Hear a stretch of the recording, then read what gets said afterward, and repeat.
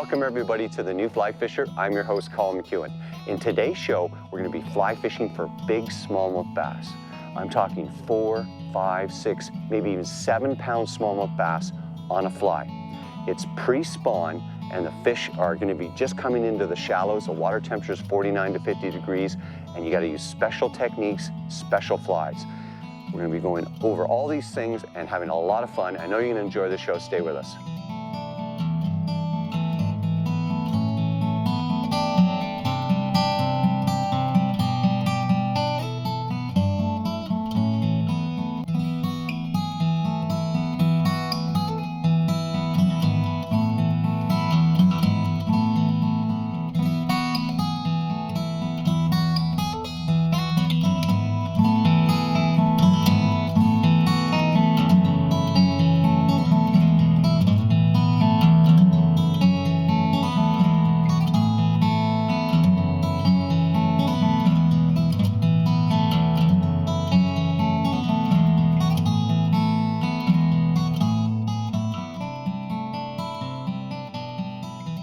The new fly fisher has been made possible thanks to Algoma Country, that real.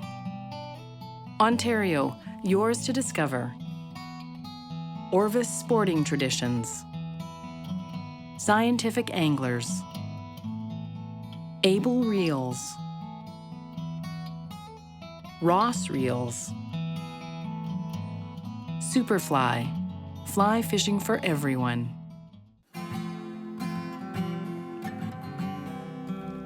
Located in the beautiful Algoma region of Northern Ontario, Birch Lake Resort is situated just 10 minutes from Thessalon, just off the Trans-Canada Highway. This is less than 2 hours from the US border and Sault Ste. Marie. Dawn has 5 nice cottages which are fully equipped, including a kitchen for preparing your meals. I love it here because I can come with my friends, our boat, and bring our own food, which results in a very affordable fishing trip.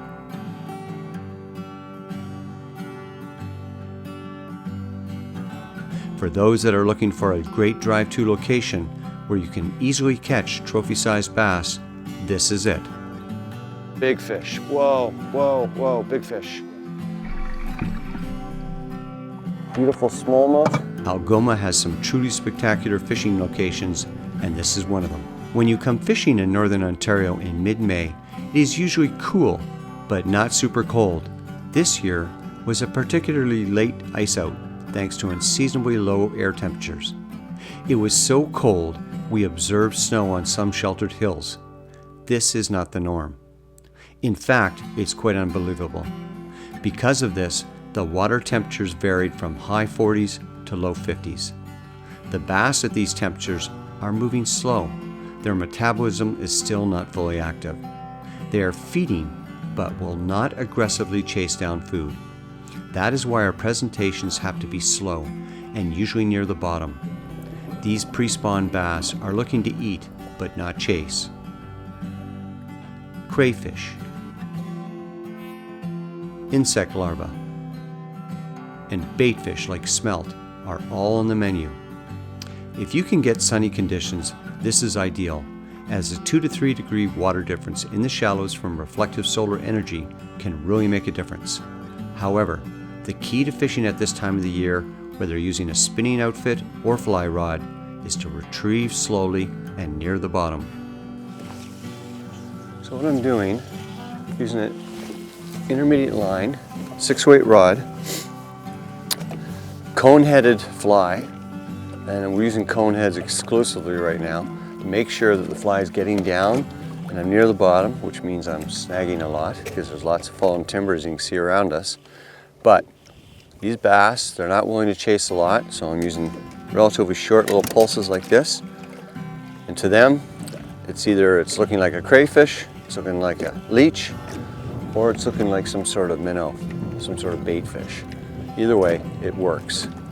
Key is slow.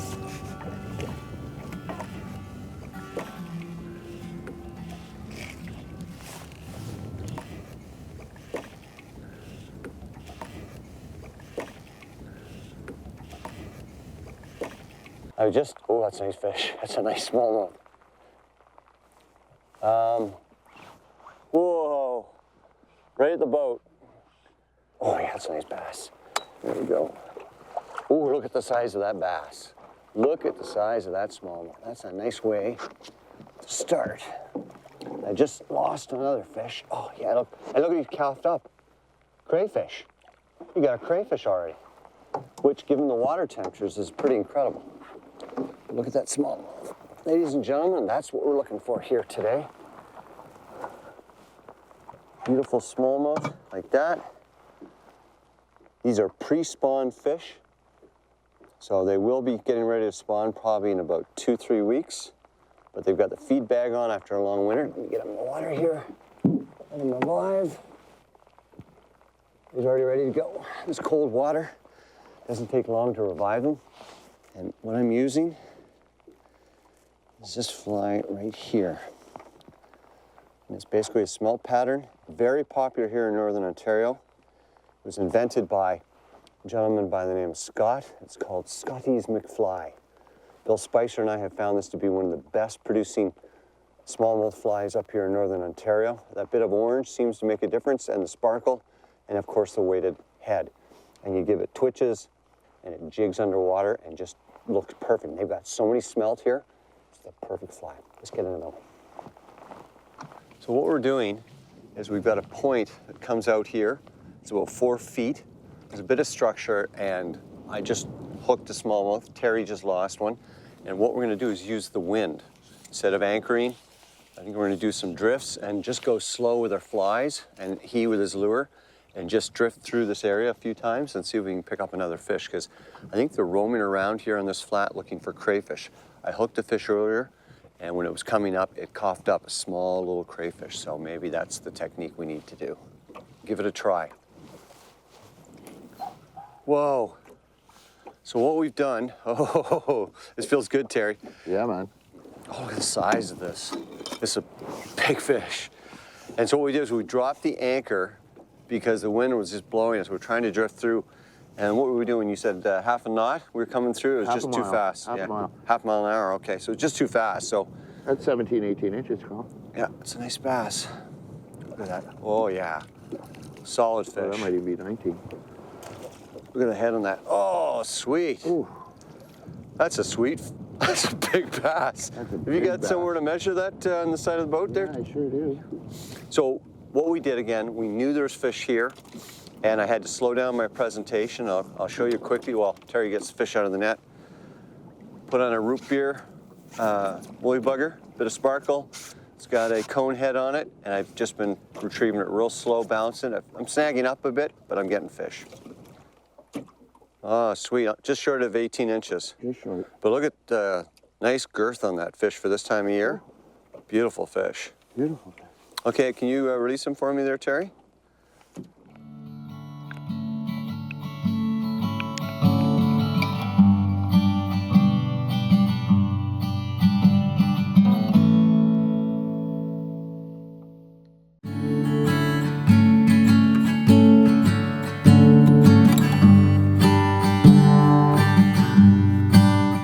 There are certain parts of Northern Ontario where there is no closed bass season.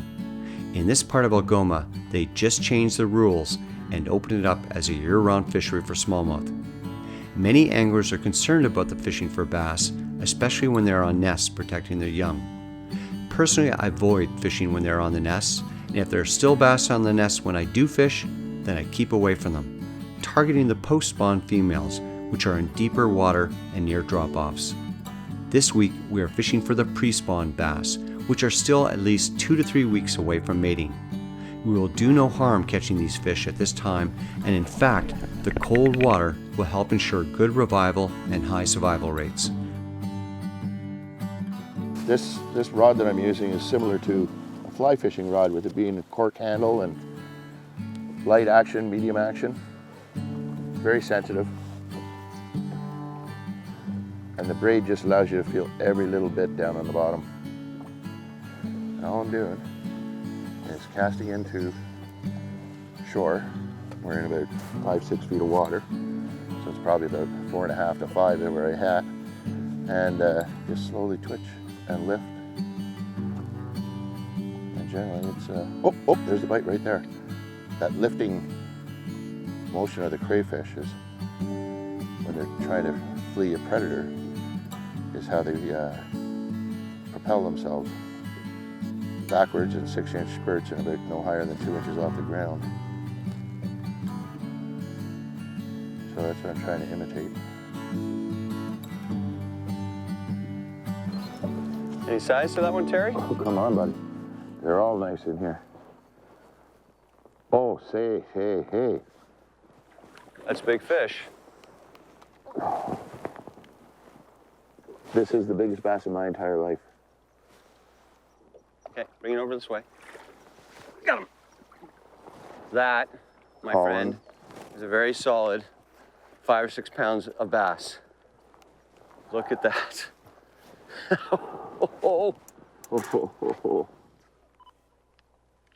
All right, beautiful fish. Okay, well done, first cast. New spot. So what we've done is we moved to a sand flat, and this is what you're looking for, because they're up here in the flats because it's a little bit warmer.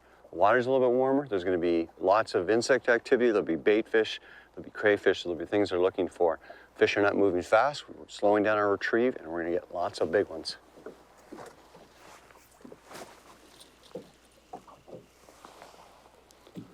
One of the things that I learned from the spin fishing world that's really important, and you'll see me do it all the time, especially with smallmouth bass.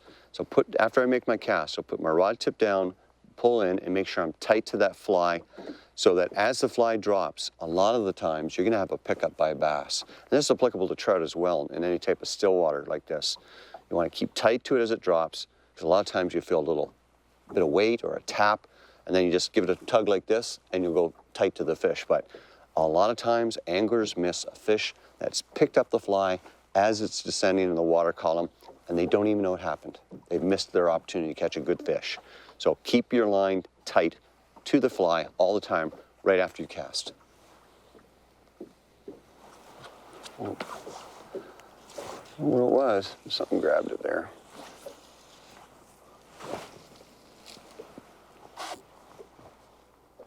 So I've switched to a bait fish pattern. Basically, I've got about a 5-inch bait fish on here. I'm trying to see, because the crayfish wasn't working for me as well as it is for Terry. I just had a strike, so it might be on. There we go. Nice, buddy. And this has got some shoulders, this fish. So sometimes you got, oh, that's a big bass. That's a big bite. That's a big bass. You see it? There's Looks no like way that's a bass. that's bass. There Get the is- net weed, Terry? Yes, my man. That's a big bass. That's absolutely insane if that's a bass. Yeah.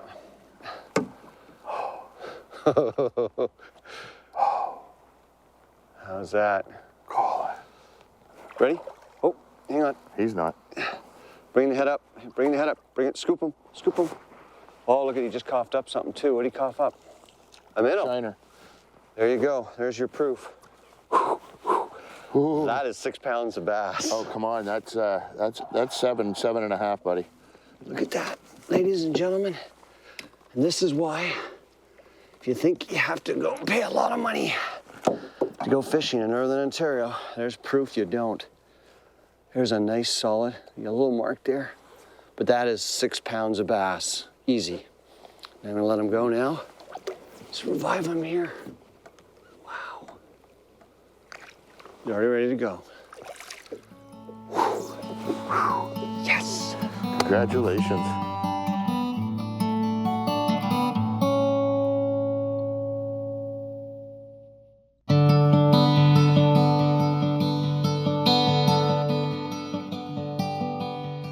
So we're just repositioning. We're in a sandy bay. We're in about 4 or 5 feet of water here.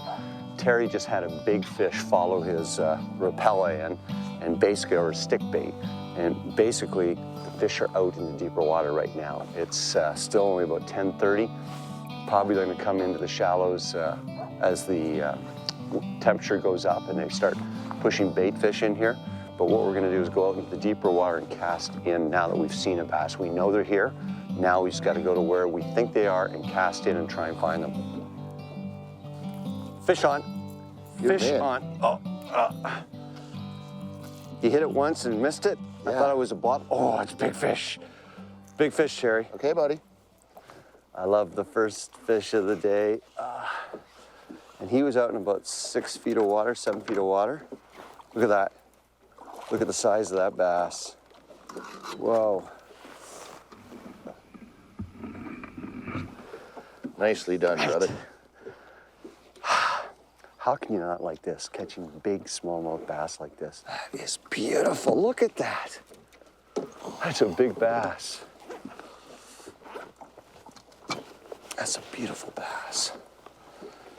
And it's not the length, because these fish that we're catching are all So girthy. 17, 18, 19, 20 inches. But look at it's just a massive bass. Imagine how big this bass will be by the end of the summer. That's sweet, a great way to start today. And we finally got the conditions we wanted, which is sun, to warm up the rock piles and the sandy flats. There he goes. Oh, That bottom or fish? Is it coming? it's a fish. All right. Oh, that's a. Oh, he's taking line, buddy. Well, that is Oh, big a big fish. boil. Big fish. Right off the point, right there. Okay, so I'll turn this around. He's head this way. Got him.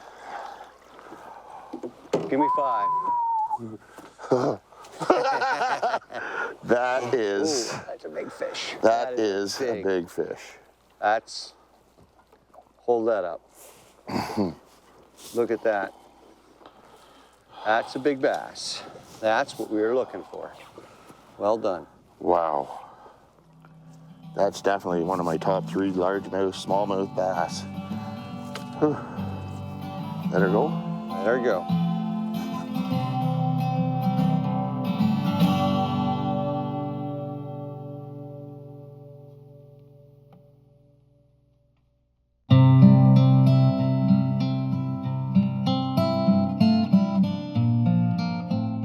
My favorite rod setup is a 6-weight fast action matched to a good quality reel with multiple spools. A floating line is normally appropriate for 70% of the fishing conditions. However, at this time of the year, you need both an intermediate and full sinking lines as well. They'll help you get your fly down deeper in the water column, which is definitely necessary with these cold water conditions. Crayfish and leeches, they're a big part of smallmouth's diet in most places. As the water warms, crayfish and leeches will start to move around more. This in turn means the smallmouth will target them as an easy meal. Woolly buggers fish slow near the bottom can be very deadly at this time of the year. One of the things when you're using these heavy-headed flies is you've got to accept the fact you're going to lose a few flies because you've got to be right near the bottom. These fish, because the water's so cold, are really not in heavy-duty chase mode. And I found going slower is better. I mean, obviously I'm using a minnow pattern or a smelt pattern right now, and I'm having to give it a certain amount of action, but I'm really not ripping it in.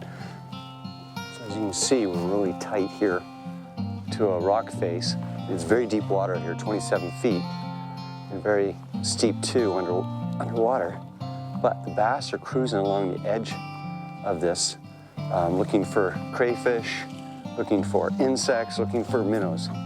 And we've already had a couple fish follow. I just lost one. But if you can get the right drift, we got the breeze blowing us right here, and we're drifting along the edge here, and we're getting a lot of hits. You just gotta methodically work it over and try and get good boat position.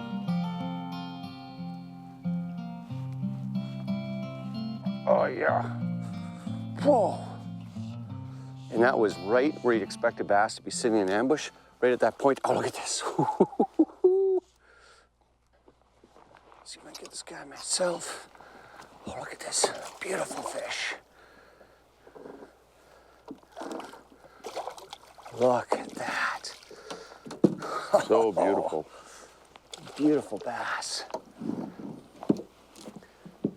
Look at that. Look at that football.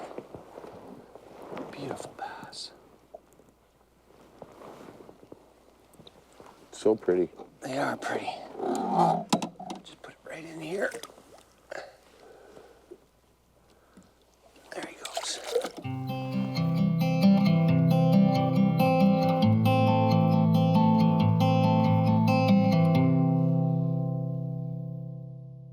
So conditions changed, as you can see. Sun's still out, but it's got colder and the wind came out, so I switched to a full sinking line and to about an 18-inch piece of heavy mono. Put on my big streamer, Terry. Yep. And just like you with your crayfish going slow, he just stripped slow, and this guy hit it right almost at the boat. Oh, it's a good fish too.